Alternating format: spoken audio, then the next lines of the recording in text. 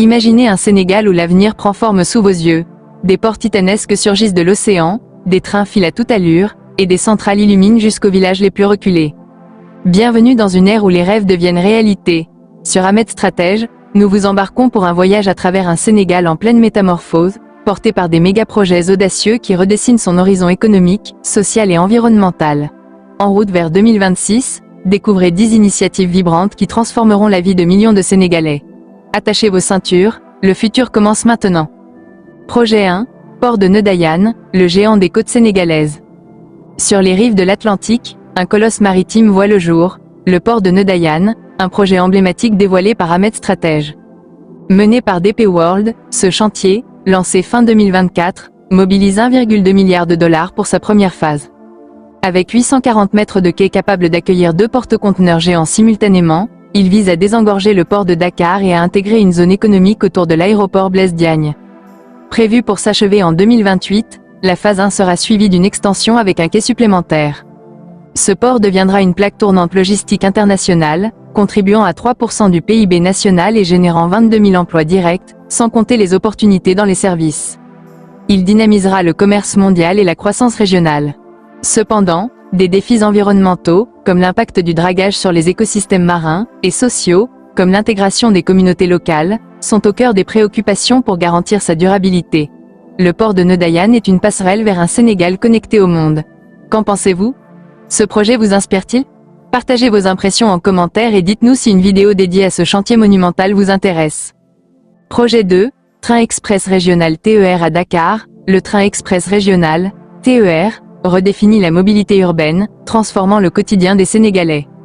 Cette ligne de 55 km relie déjà Dakar à Diamniadio et s'étendra à l'aéroport Blaise Diagne dès 2025, avec des trains filant jusqu'à 160 km/h. Financé par un partenariat public-privé avec des acteurs comme SNCF, Engie, Thales, Alstom et CAF, ce projet représente un investissement de plusieurs centaines de millions de dollars, soutenu par des bailleurs internationaux. Il réduit les trajets de 95 minutes en bus à seulement 50 minutes, facilitant l'accès à l'emploi, à l'éducation et à la santé.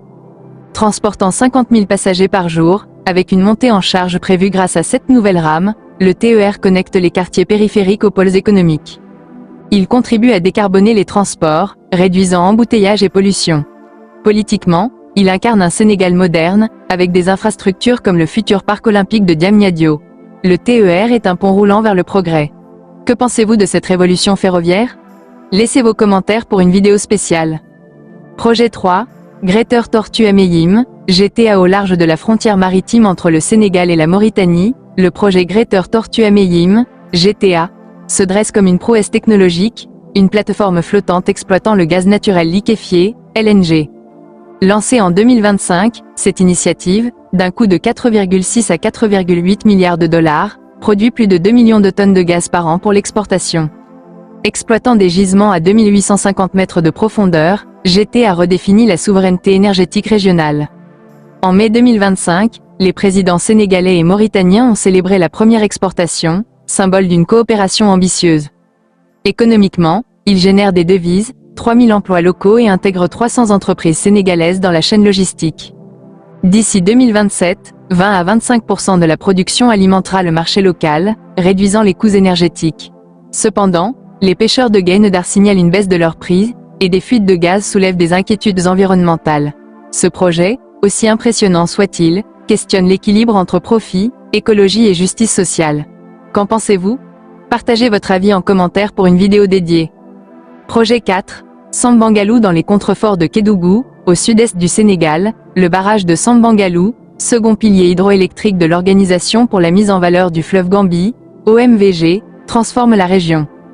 Avec un coût de 388 millions d'euros, ce chantier, démarré en 2023 et prévu pour 2025, offre une capacité de 128 MW. Son réservoir de 181 km² alimentera l'électricité de 4 nations et irriguera les terres agricoles. Routes, ponts et logements pour les équipes ont déjà revitalisé la zone, apportant une renaissance rurale. Des millions de personnes bénéficieront d'une énergie propre, améliorant l'agriculture, l'éducation et la santé dans des zones isolées. Ce projet renforce l'autonomie énergétique, favorise l'intégration régionale et bâtit une résilience climatique au Sahel. Toutefois, il doit gérer les déplacements de population et préserver les écosystèmes fluviaux pour rester durable. Sambangalou est une promesse d'avenir irrigué par le fleuve Gambie. Que pensez-vous de ce projet? Dites-le nous en commentaire pour une vidéo spéciale. Projet 5, Dakar 2026, les Jeux Olympiques de la jeunesse. Du 31 octobre au 13 novembre 2026, le Sénégal entre dans l'histoire en accueillant les premiers Jeux Olympiques de la jeunesse en Afrique, à Diamniadio. Ce projet inclut un stade olympique de 50 000 places, un village des athlètes, un palais des expositions et un centre équestre, tandis que Dakar et Saly accueilleront des épreuves comme le beach volley, le tennis de table et le cyclisme. Financés depuis 2024 avec le soutien du Comité international olympique, ces travaux modernisent les infrastructures, stimulent le tourisme et dynamisent le tissu urbain. Plus de 2700 jeunes athlètes de 150 pays sont attendus, offrant un rayonnement international au Sénégal. Ce n'est pas seulement un événement sportif, mais un vecteur de cohésion sociale, de promotion de la jeunesse et de valorisation de la culture africaine. Les infrastructures, incluant transport et logement, laisseront un héritage durable. Que pensez-vous de cet événement historique? Partagez vos idées en commentaire pour une vidéo dédiée. Projet 6, conversion de la centrale de Sendou, du charbon au gaz. À Bargny, sur la côte, la centrale de Sendou, initialement au charbon, se transforme en centrale à gaz, marquant un virage énergétique stratégique. Avec une capacité de 125 MW et une production de 925 GWh par an, ce projet, d'un coût initial de 200 milliards de francs CFA, est financé par un consortium bancaire régional et des institutions internationales. La conversion, opérationnelle en 2025, améliore la qualité de l'air et la santé publique tout en stabilisant l'électricité dans la région dakaroise. Elle réduit les émissions de CO2, soutient l'industrie locale et crée des emplois pendant les travaux et l'exploitation. Les défis incluent la sécurité de l'approvisionnement en gaz, les tarifs pour les consommateurs et l'impact réel sur le climat. Ce projet symbolise un Sénégal engagé dans une transition énergétique responsable. Qu'en pensez-vous? Laissez vos commentaires pour une vidéo spéciale. Projet 7, port de Bargny-Sendou à 25 km au sud de Dakar, le port de Bargny-Sendou émerge comme une nouvelle porte sur le commerce mondial. Lancé en 2019 par Sénégal Minergie Port et soutenu par l'État, ce projet, d'un coût de plusieurs centaines de millions de dollars, vise à désengorger le port de Dakar et à devenir un hub pour les minerais, hydrocarbures et céréales. Avec un quai offshore de 1485 mètres et un tirant d'eau de 18 mètres, il accueillera des navires de plus de 170 000 tonnes. Prévu pour fin 2024 ou début 2025, il s'accompagne d'un réseau routier et ferroviaire en construction et d'une zone économique spéciale, ZES, pour attirer des entreprises industrielles, logistiques et énergétiques.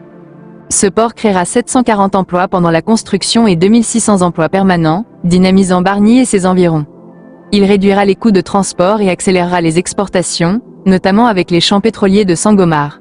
Cependant, le dragage et les travaux côtiers posent des défis écologiques pour la faune marine et les pêcheurs traditionnels. Ce port est une promesse d'un Sénégal plus connecté et productif. Que pensez-vous de ce projet? Partagez votre avis en commentaire. Projet 8, usine de dessalement des mamelles au pied des collines des Mamelles, à Ouakam, le Sénégal construit la plus grande usine de dessalement d'eau de mer d'Afrique de l'Ouest.